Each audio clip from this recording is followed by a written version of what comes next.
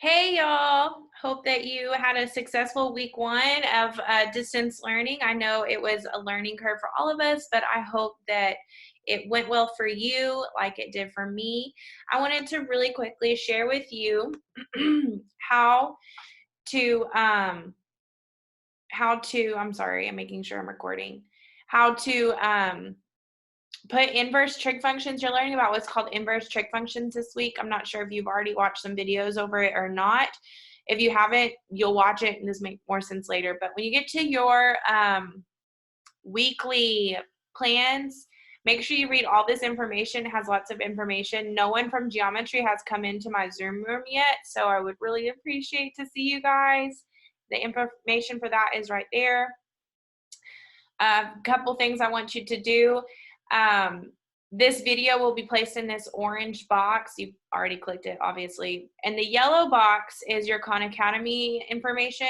And over here is an online calculator that I wanted to show you guys. It'll take you straight there. Couple of things right here. I hope you can see where I'm looking at. Do not leave it in radians. You will get every question wrong.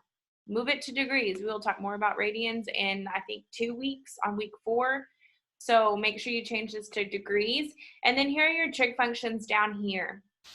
Now we're not using, well, you'll use normal trig function sum. You'll use trig functions when you're looking for the sides of a triangle. You will use inverse trig functions to find the angles of triangles.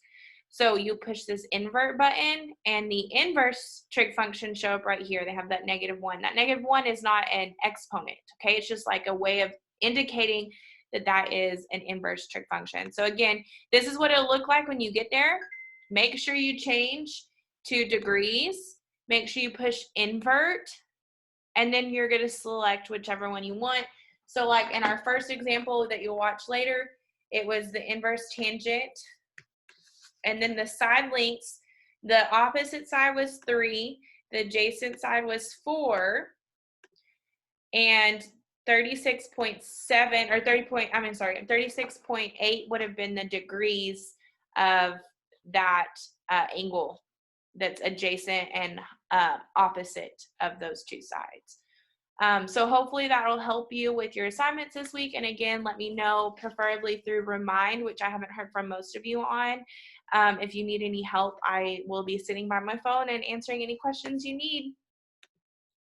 Bye.